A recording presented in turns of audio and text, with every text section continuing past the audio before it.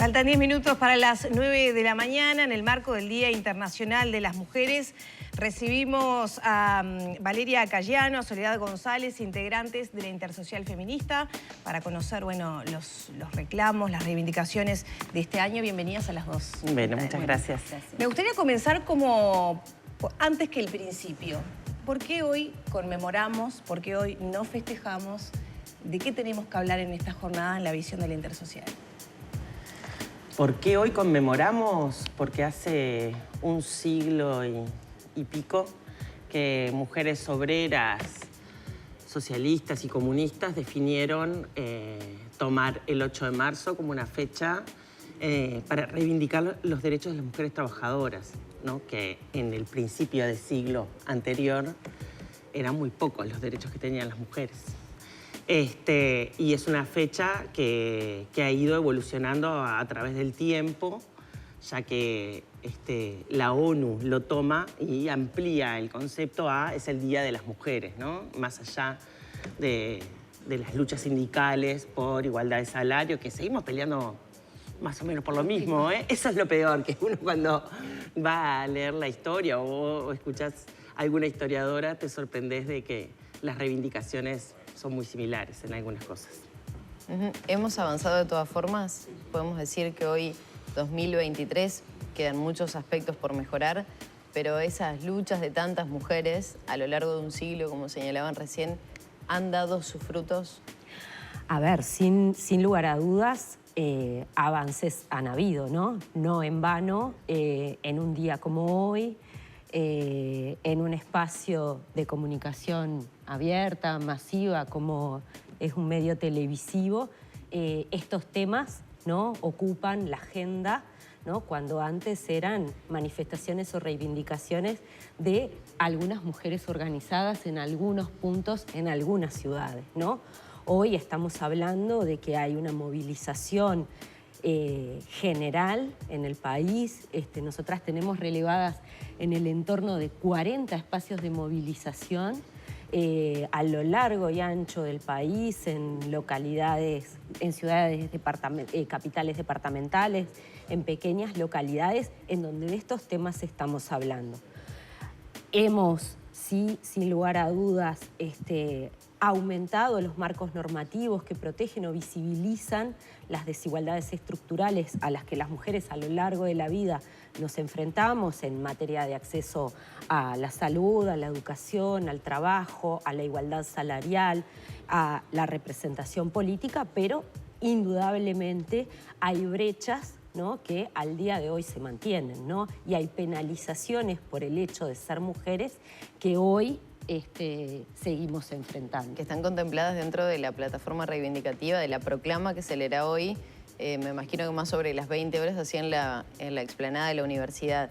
Y sobre eso quería consultarles, porque hace algunos días a la Plaza de las Pioneras se dio a conocer por lo menos esas reivindicaciones que estarán presentes. Y entre ellas decían, no modifica mucho lo de años anteriores, pero sí hay algunos aspectos y en eso me quiero detener. Por ejemplo, el caso de las mujeres que muchas veces terminan siendo condenadas por el ingreso de droga a los recintos carcelarios, que no se comprende el contexto, más allá que hay alguna iniciativa que pretende modificar alguno de estos aspectos. ¿Qué otro punto va a estar contemplado allí en esa plataforma? Tenemos desde la subrogación de vientres, nos hemos posicionado en contra de la media sanción que tiene un proyecto de ley de ampliar los nexos familiares para que otras mujeres cursen embarazos de óvulos y espermas de otras personas que quieren ser padres biológicos y por algún motivo no pueden serlo. Y nosotros estamos radicalmente en contra de la subrogación de vientres porque en realidad consideramos que son vientres de alquiler. Es la cosificación absoluta de mujeres pobres. O sea, lo que funciona en el mundo en realidad es que se paga por eso. Se supone que ese proyecto no tiene un rédito económico, ¿no? Se supone, pero abre la puerta a que lo tenga de una manera solapada. Esa es la preocupación. Sí. Porque de hecho lo que sucede, ¿por qué se amplían los grados de cercanía familiar? Porque ni tu madre, ni las madres, ni las hermanas de esas personas prestan su capacidad de gestar a su propia familia porque eso no funciona, porque si no estaría cubierto esa necesidad por tu círculo cercano, de primer grado. ¿Por qué no pasa eso? Porque eso en realidad no sucede, porque cursar 9 meses de embarazo no es una experiencia cualquiera, no es cualquier cosa. ¿De quién es ese hijo después? ¿Es de la mujer que lo carga, 9 meses? ¿O es de los que tienen los genes originales? ¿No? ¿De quién es ese hijo? ¿Qué pasa con esa mujer si cambia de opinión en el curso de ese embarazo? Y un gran problema ético sobre que estamos fomentando la compra y venta de bebés. O sea, hay un problema de la infancia muy grande con eso. Una discusión pública en torno a estos temas que son indudablemente de muchísima sensibilidad para unas y otras personas, dependiendo en qué situación estén.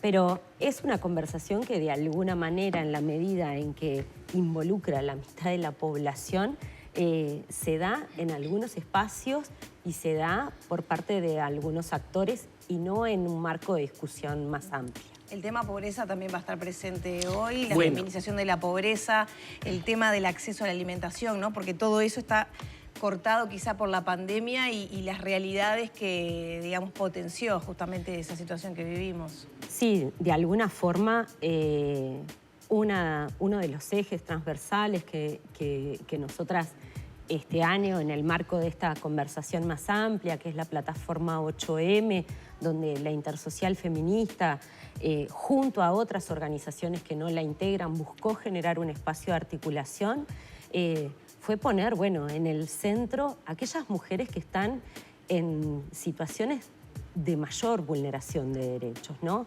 Y bueno, si repasamos algunas cifras que se han ido publicando a lo largo de este año, ¿no? Este primer año sin pandemia o sin la pandemia como en el centro de la conversación y en el centro de la mirada de todos y todas, ahí vemos, ¿no?, cómo en realidad hay una situación económica y una situación social que vuelve a golpear sobre los mismos cuerpos de siempre, ¿no?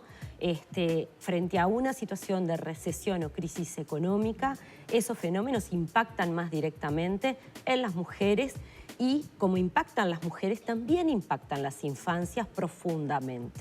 Entonces, ese eje de conversación es importante ponerlo en el centro y ahí, frente a lo que empezó inicialmente siendo una respuesta solidaria a la pandemia, las mujeres de muchísimos barrios y muchísimas localidades de todo el país se pusieron al hombro sus propias comunidades, porque es por lo general, ¿no?, y el centro de lo que queremos reivindicar, que allí, cuando el Estado no está, somos las mujeres con nuestro trabajo no remunerado al servicio de la comunidad, las que les ponemos el hombro a las situaciones más complejas.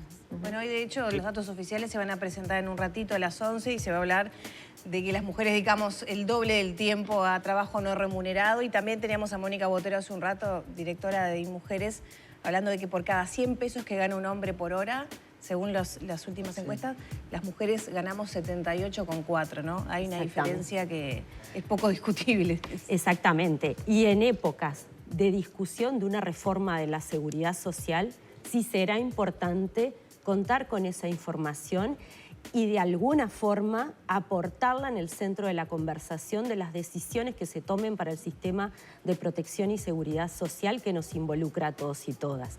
Indudablemente se está procesando una reforma jubilatoria en donde poner el foco sobre la situación de las mujeres tampoco lo vemos de forma clara en los análisis y en las exposiciones de motivo y en las medidas que allí se proponen. Por eso es un eje que levantamos fuertemente en lo que es el espacio de movilización de este año, en el eje de la proclama. La mayoría de las mujeres dedicamos las 2/3 partes de nuestro tiempo a trabajos no remunerados. Trabajos que de alguna forma no están visibles, no aparecen en la protección social del trabajo, ¿no?, en el régimen de la seguridad social. Y si a eso sumamos que ganamos el 78% de lo que gana un varón, bueno, ¿a qué condiciones, ¿no?, a qué protección en los años de edad adulta vamos a alcanzar, ¿no? También si miramos que nuestra tasa de empleo es del 38% en relación a los varones, de alguna forma hay marcos y mecanismos de protección asociados al trabajo que ya partimos en una situación de desigualdad. Y si procesamos una iniciativa de reforma y rediscusión de cuál es el sistema que nos va a proteger, ¿no?, a los trabajadores y a las trabajadoras, estos temas tienen que estar visibles. Tienen que estar visibles por todos los interlocutores, por todas las personas que están involucradas en esta conversación, que tenemos que ser todos y todas. La violencia física, los femicidios, la violencia vicaria también van a estar presentes, ocupando un lugar, me imagino, fundamental dentro de estos reclamos. Sí, el año pasado, en las estadísticas que nosotros manejamos, fueron asesinadas 45 mujeres en el 2022. ¿Todas se califican de femicidio? ¿Se tipifican? No, pero ahí hay una diferencia, ahí hay un problema lo que pasa. Que lo que la justicia califica de femicidio podemos o no compartirlo, porque eso tiene que ver con las pruebas y con una cuestión que es de otro orden y con la mirada del juez o jueza que esté a cargo de la causa, ¿no? Hay causas que no han sido tipificadas de femicidio y para nosotras es muy obvio que sí lo son. Entonces, cuando los números oficiales creo que hablan de 28, si mal no recuerdo, y vos decís, ¿y qué pasó con las demás? ¿Dónde están las 18 restantes? No son pocas, no es un número menor la diferencia. Y sin duda, la principal razón por la que las mujeres somos asesinadas es por una cuestión de género. O sea, es ese hueco de incertidumbre donde está ubicado, ¿no? Entonces, bueno, en realidad mataron 45 mujeres. Ese dato es seguro, ¿no? Porque las muertes se cuentan seguro. Y comparado con las estadísticas de los años anteriores, es el pico más alto que tenemos desde los 2000, en el registro que nosotros seguimos, el de feminicidio.ui, mataron 8 niños. Padres asesinaron 8 niños en el marco de situaciones de violencia de género, como castigo a esas madres, ¿no? Matarlas en vida. Padres y parejas, ¿no? Sí, principalmente padres. Sí. O sea, para entenderlo un poco más, son niños que fueron violentados y asesinados por cuestiones de pareja o hacia esa mujer, le terminan generando violencia a sus hijos. Sí. La violencia se utilizan a los niños como forma, como herramienta para hacerle daño a esas madres. Por ejemplo, asesinándolos y dejándolas a ellas en vida, ¿no? Muertas en vida a partir con un de... sufrimiento infinito, ¿no?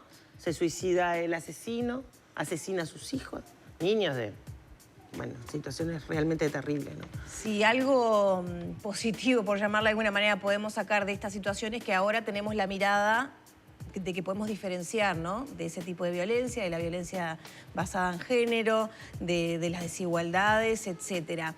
Siempre tenemos ahí como un problema y es que nos pasa siempre, que es que avanzamos y viene la contraola, ¿no? Porque avanzamos en conciencia, avanzamos en nombrar los problemas, en tener mayores conocimientos de cómo funciona la violencia, pero a la vez te aparecen iniciativas legislativas que están a punto de aprobarse para flexibilizar la protección que hemos podido ir avanzando, logrando contra los niños. Por ejemplo, argumentando que hay una cantidad enorme que inventan de denuncias falsas de madres para separar a sus hijos con medidas cautelares que no deberían... Mi pregunta era esa, ¿cómo están viendo las respuestas que da el Estado a esa situación que, bueno, ahora desnaturalizamos, ¿no?, con una mirada, por lo menos las nombramos, pero por otra parte están las respuestas que el Estado debe dar, ¿no?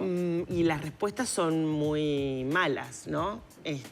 La ley integral sigue sin presupuesto, que es parte de la proclama. Por ejemplo, o sea, no terminamos nunca de avanzar en algo que nos conforme realmente. En el inicio de este periodo legislativo, en el presupuesto nacional, se votó que se presupuestaran 3 juzgados especializados de género en el interior del país. Hasta ahora solo inauguraron uno, el de San Carlos. Las defensoras de oficio, la Comisión de Género, está denunciando las condiciones pésimas del local donde se instaló el juzgado especializado. Las víctimas mujeres se encuentran en la misma habitación con los agresores. Así atienden... Que ese era uno de los objetivos contrarios que perseguían estos juzgados multimateria, o por lo menos que podía abordar la integralidad de la violencia, evitando que se cruzaran el agresor con la denunciante, sí. Los niños que tuvieran también, porque esos niños, ¿qué pasa cuando sus papás están en medio de una disputa de este tipo? También el acogerlos, el cuidarlos, no se está presentando... Sí, no, a ver, precisamente, como decía Soledad recién, la Comisión de Género de la Asociación de Defensores Públicos estos días hizo visible, ¿no?, las condiciones de este nuevo juzgado tan esperado, tan necesario como es el de San Carlos.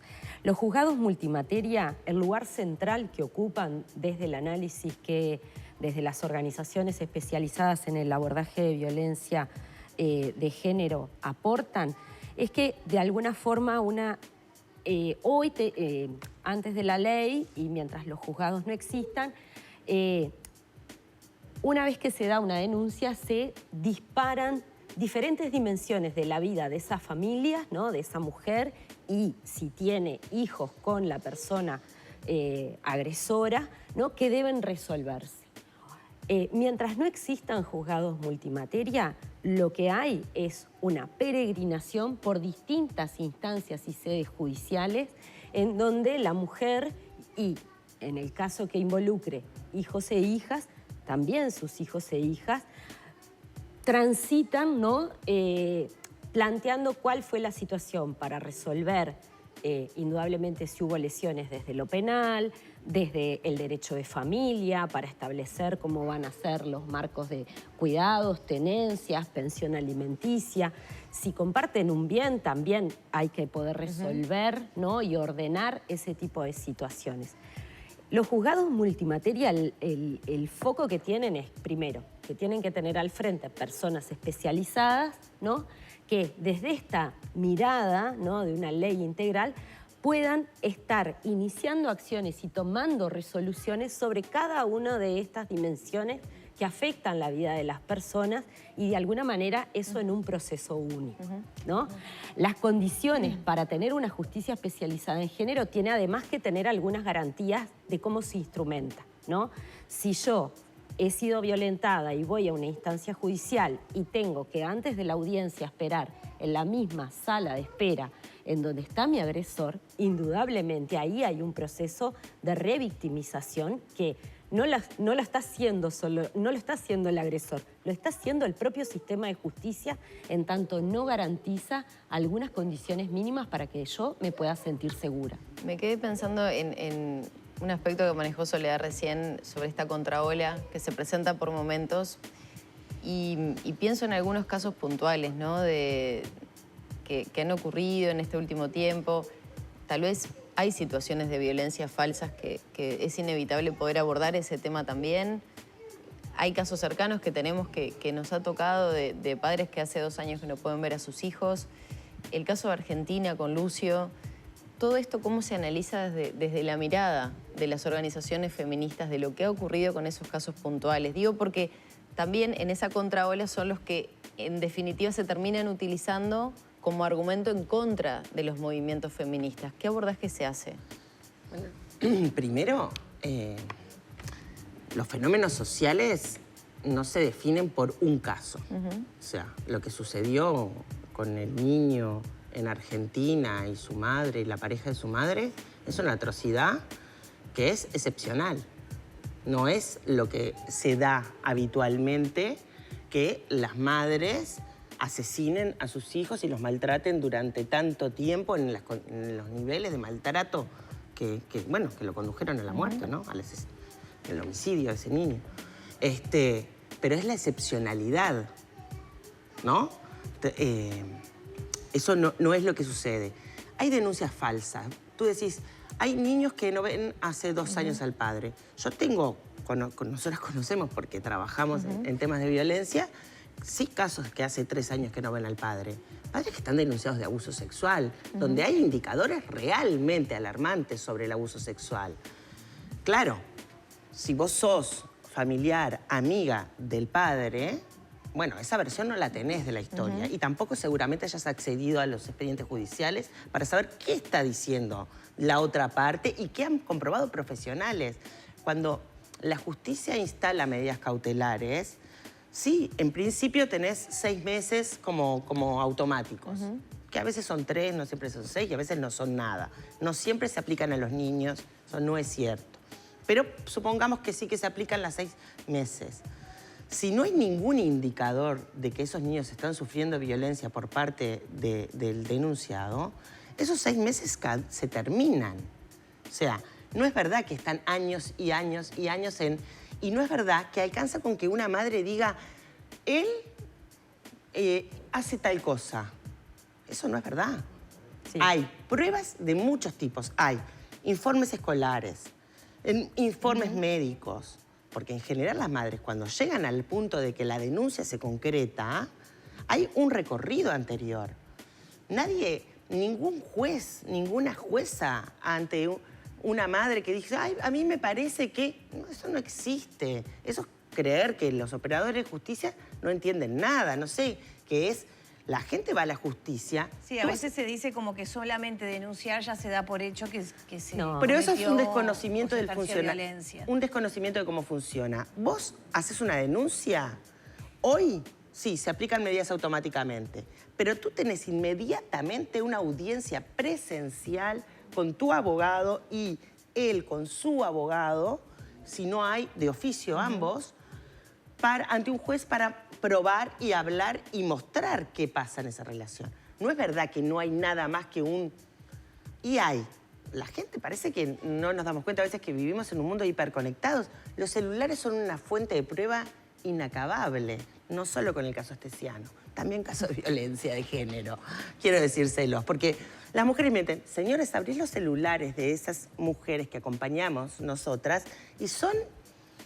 un mar de amenazas, de insultos, de agresiones, de pruebas. O sea, entonces, en realidad, la justicia actúa ante pruebas. Sí, lo que nos sucede, que es una falla, que tiene que ver con lo que Valeria decía hoy sobre los juzgados multimateria, es que lo que nunca funciona es la fiscalía. Porque la justicia penal en violencia doméstica se activa, salvo que cuando te encuentran muerta, básicamente, o casi muerta, que son intentos de femicidio y femicidios. Porque incluso en los delitos sexuales, donde también actúan, pasas 4 años y no pasa nada. Porque además muchísimos el abuso sexual infantil sí requiere una prueba para culpar, para sentenciar al agresor realmente por abuso sexual, una cantidad de solidez de prueba que a veces no se tiene. Entonces, esos casos quedan en un limbo. Hay convicción absoluta de parte de los jueces y la personal judicial que actúa, pero no alcanza esa convicción para probarlo. Entonces no lo podés llevar preso. Y ahí queda un limbo de desprotección de padres que dicen que no saben por qué no ven a sus hijos hace 3 años. Yo les diría a todas las personas que creen que estas personas que hace muchos años que no ven a sus hijos es por nada, que no, que si pueden, traten de escuchar la otra campana, observar la otra campana, porque en general hay elementos para que esto se establezca. No debería ser 3 años que no hubiera justicia, no debería ser. La justicia debería garantizar rapidez y oportunidad a todos. Primero las víctimas, Primero las víctimas, primero los niños, que deben tener garantizados sus derechos sin lugar a dudas. Pero eso no pasa. Bueno, ahí tenemos a los defensores de oficio pidiendo recursos para ellos, a la fiscalía saturada pidiendo recursos para ellos, un poder judicial que sigue teniendo, el otro día hubo una noticia, toneladas de papeles impresos en el mundo de las telecomunicaciones. Eso es presupuesto. Ya nos quedan poquitos minutos y para no quedarnos solo con el tema violencia, que muchas veces tenemos la tentación porque es terrible y porque cuesta vidas.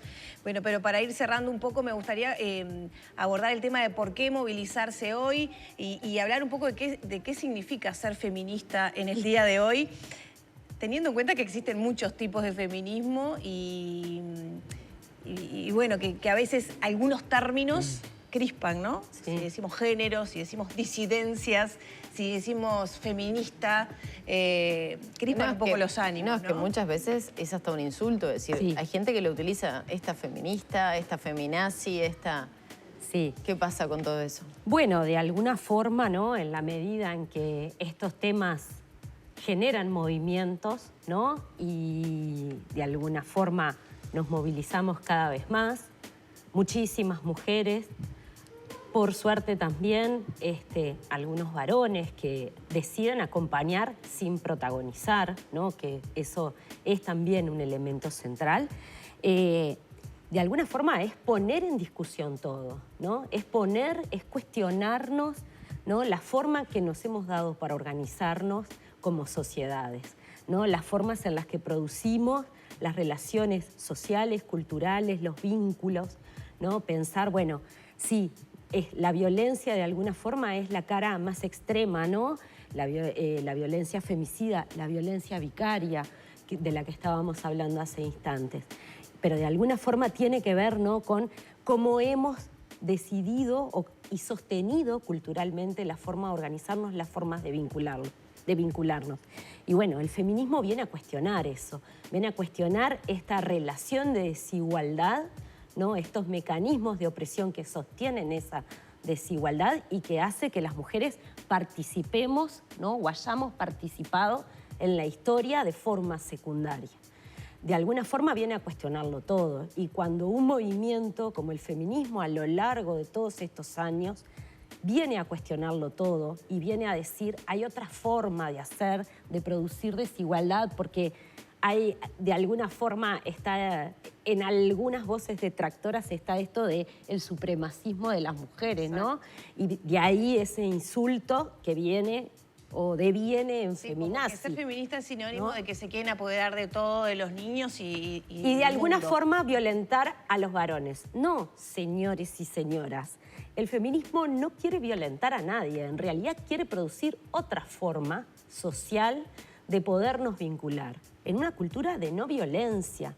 En una cultura y en una producción de relaciones afectivas, familiares, comunitarias, en donde se plantea la igualdad y el respeto del otro o de la otra por el simple hecho de que el otro existe e importa, ¿no? Entonces, de alguna forma, obviamente, ¿no? Poner estos temas en discusión hace que quienes tienen u ocupan algunos centros de poder, como esto viene y le discute y le disputa, ¿no? Ese espacio, tiene un movimiento, hay un contramovimiento. Dos palabras, ¿por qué sumar las llamadas disidencias al movimiento feminista, que también forma parte de la convocatoria de hoy? Bueno, ahí hay una cuestión, hay un término que a veces se dice, ¿no? Que es la interseccionalidad. Indudablemente los problemas no nos afectan de forma igual a todas las personas, ¿no?